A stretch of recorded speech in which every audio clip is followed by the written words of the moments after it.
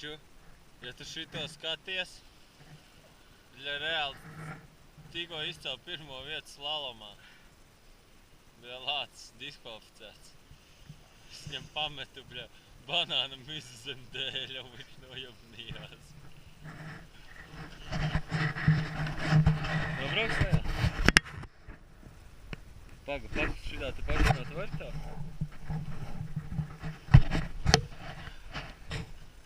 Tu sasakies dēļ tā stāpa vai tu nojobnījies un tad sapisi plecu?